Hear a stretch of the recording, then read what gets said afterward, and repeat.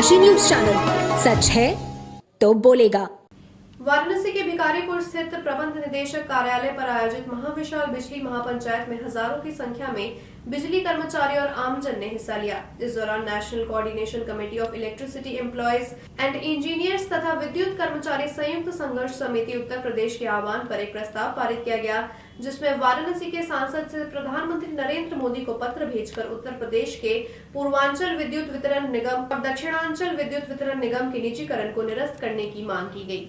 संघर्ष समिति के प्रदेश संयोजक शैलेंद्र दुबे ने कहा कि इस महापंचायत में हिस्सा लेने के लिए भारी संख्या में लोग पहुंचे और निजीकरण के खिलाफ विरोध किया। उन्होंने बताया कि पूर्वांचल विद्युत वितरण निगम के प्रबंध निदेशक ने इस महापंचायत को रोकने के लिए निगम के मुख्य द्वार को बंद कर दिया था, लेकिन संघर्ष समिति ने शांतिपूर्वक 3 घंटे तक अपना आंदोलन जारी रखा।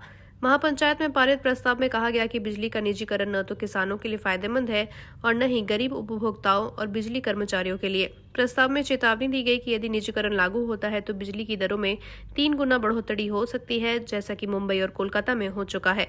वाराणसी के सांसद को भेजे गए पत्र में मांग की गई है कि निजीकरण के प्रस्ताव को वापस लिया जाए और सरकार को चेतावनी दी गई कि अगर ये प्रक्रिया जारी रही तो इससे प्रदेश के गरीब और मध्यम वर्ग के लोगों पर गंभीर प्रभाव पड़ेगा।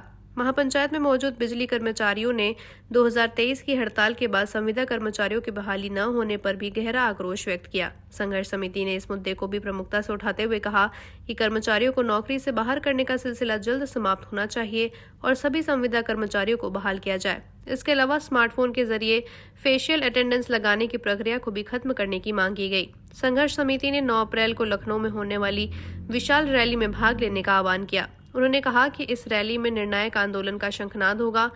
महापंचायत को सुभाष लांबा, जयप्रकाश, अजय कुमार और रीना त्रिपाठी समेत कई प्रमुख नेताओं ने भी संबोधित किया। रोजगार देता है।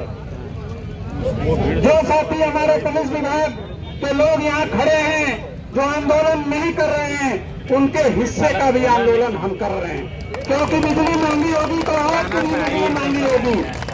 बिजली की चीजें महंगी होंगी तो आपके परिवार भी प्रभावित होंगे। अगर रोजगार बिजली के निजीकरण का जो प्रस्ताव पारित किया है उत्तर प्रदेश सरकार ने, उसी के विरोध में आज बिजली के निजीकरण से किसानों को क्या नुकसान होगा, कर्मचारियों को क्या नुकसान होगा, आम जनता को क्या नुकसान होगा, युवाओं को क्या नुकसान होगा, उन सबसे लोगों को सबको बताने के लिए आज ये महापंचायत हो रही है। हमारा सरकार से अनुरोध है कि आप बिजली का निजीकरण क्यों कर रहे हैं, आखिरकार ये तो बताइए। क्योंकि आप सभी जानते हैं कि प्राइवेट कंपनी आएगी तो बिजली की रेट है वो 3 गुना बढ़ जाएंगे। किसान को आज पूरे प्रदेश में मुफ्त बिजली मिल रही है, वो सारी मुफ्त बिजली समाप्त हो जाएगी। 26,000 रेगुलर बिजली कर्मचारियों की नौकरी चली जाएगी, 50,000 संविदा कर्मचारियों की नौकरी चली जाएगी। और जो युवा जो बिजली विभाग में सरकारी नौकरी देखने का सपना देख रहे हैं, उनके सपने चकनाचूर हो जाएंगे। तो आखिरकार ये निजीकरण किसके लिए किया है? इससे आरक्षण जो मिल रहा है, आरक्षण भी समाप्त होंगे।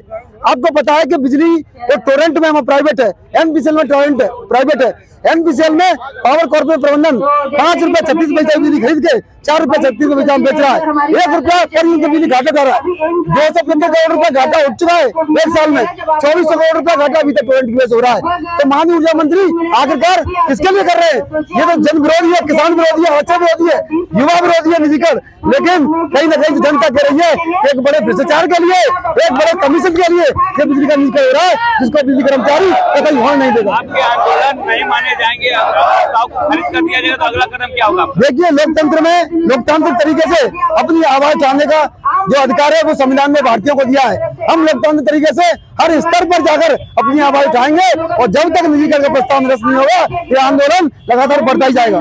जी, तो मैं जानना चाहे तो निजीकरण से आम जनता को कितना नुकसान होगा? देखिए, मुंबई में टाटा पावर है 70 रुपया पर यूनिट की बिजली दे रहा है वहाँ पे। हमारा अधिकतम टैरिफ है 6.5 रुपया है, तो मान के चलिए 3 गुना बिजली महंगी हो जाएगी। स्मार्ट मीटर लग जाएंगे, घर घर में हमने अभी तक बिजली दी है, मुफ्त बिजली दे रहे हैं। एलपीएल जो बीपीएल है, गरीब है, उनको बहुत सस्ती बिजली मिल रही है।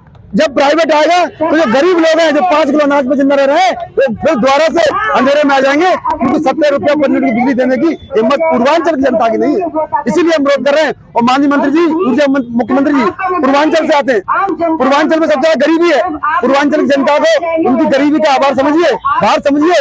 ये जनता 70 रुपया पर यूनिट की बिजली नहीं खरीद सकती, फिर दोबारा लाइन टर्न युग में पूर्वांचल आ जाएगा। पूर्वांचल की खबरों से जुड़े रहने के लिए आज ही सब्सक्राइब करें हमारा YouTube चैनल डनकाशी। और हाँ, लेटेस्ट अपडेट्स के लिए बेल आइकन को प्रेस करना ना भूलें। और आपके पास है कोई जानकारी या है कोई सूचना तो हमारे दिए गए नंबर पर आप हमसे संपर्क कर सकते हैं।